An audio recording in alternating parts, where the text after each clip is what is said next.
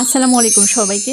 গত ভিডিওতে আমি আপনাদের মেহমান রেস্টুরেন্টের পুরো ইন্টেরিয়র আর রেস্টুরেন্টটা ঘুরে দেখিয়েছি। এবং সেই ভিডিওতে আপনাদেরকে বলেছিলাম আমি তাদের বাঙালি খাবার ট্রাই করব এবং আপনাদেরকে অথেন্টিক রিভিউ দিব। তাই আজ আপনাদেরকে বেশি কিছু দেখাচ্ছি না, জাস্ট রেস্টুরেন্টে ঢোকার পরের লুকটা দেখাচ্ছি, যেটা সত্যিই অনেক সুন্দর। পরিবারকে নিয়ে বসে খাওয়ার জন্য একদম কমফোর্ট জোন যদি চান তাহলে আপনারা এই রেস্টুরেন্টে যাইতে পারেন। আচ্ছা, আপনারা অনেকেই তো দেখেছেন আমার আগের ভিডিওটি। উদ্বোধনের পরেই আমি চিকেন চাপ আর নানের একটা ভিডিও করেছিলাম। খুবই ভালো লেগেছে আমার সেটা। তাই ভাবলাম আজকে বাঙালি খাবার নিয়ে আপনাদের সাথে একটা ভিডিও শেয়ার করি। প্রথমেই তাদের মেনু কার্ডটা দেখাচ্ছি, বাইরে খুবই সুন্দর করে সাজানো ছিল। আমরা নিচে না বসে ২ তলায় গিয়ে বসেছি। ঢোকার পরেই একজন আঙ্কেলের সাথে আমার দেখা হয়। এই যে উনি, উনাকে দেখে আমার খুব ভালো লেগেছে। তাই উনার সাথে কথা বলে ২ তলায় উঠলাম। যদি আপনারা ওপেন স্পেস এ বসতে চান এবং সুন্দর একটা পরিবেশ চান তাহলে অবশ্যই ২ তলায় গিয়ে বসবেন। তাহলে দেখবেন খুবই খোলামেলা এবং সুন্দর একটা পরিবেশ পাবেন। তাদের কেবিনেরও সিস্টেম আছে ভিতরে। ঢোকার পরেই আমরা অর্ডার দিলাম তাদের বহুল আলোচিত হান্ডি বিফ আর অনেকগুলো ভর্তা আইটেমও অর্ডার করেছি।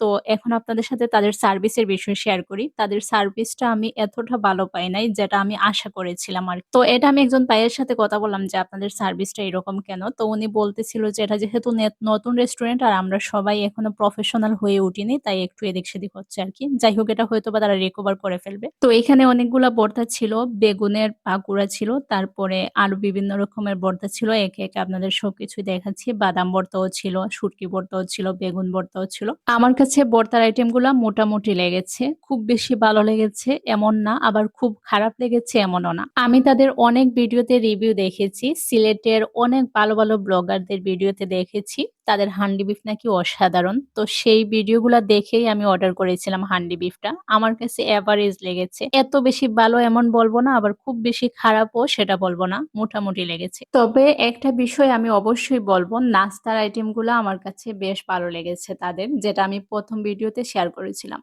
আর সব খাবারের মধ্যে যেটা আমার কাছে সবচেয়ে বেশি ভালো লেগেছে সেটা হচ্ছে রূপচাঁদা মাছের ফ্রাই। সব মিলিয়ে রূপচাঁদা মাছের ফ্রাই আইটেমটাই সবচেয়ে বেশি সেরা ছিল।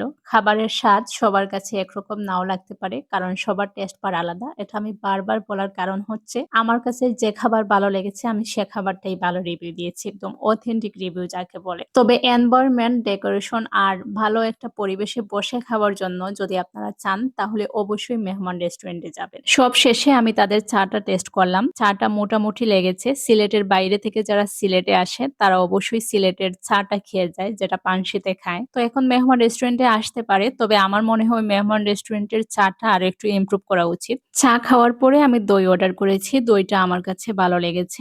এই তো এটা ছিল আমার একটা রিভিউ ভিডিও, যেটা মেহমান রেস্টুরেন্টে আমি বলেছিলাম আপনাদের সাথে শেয়ার করব।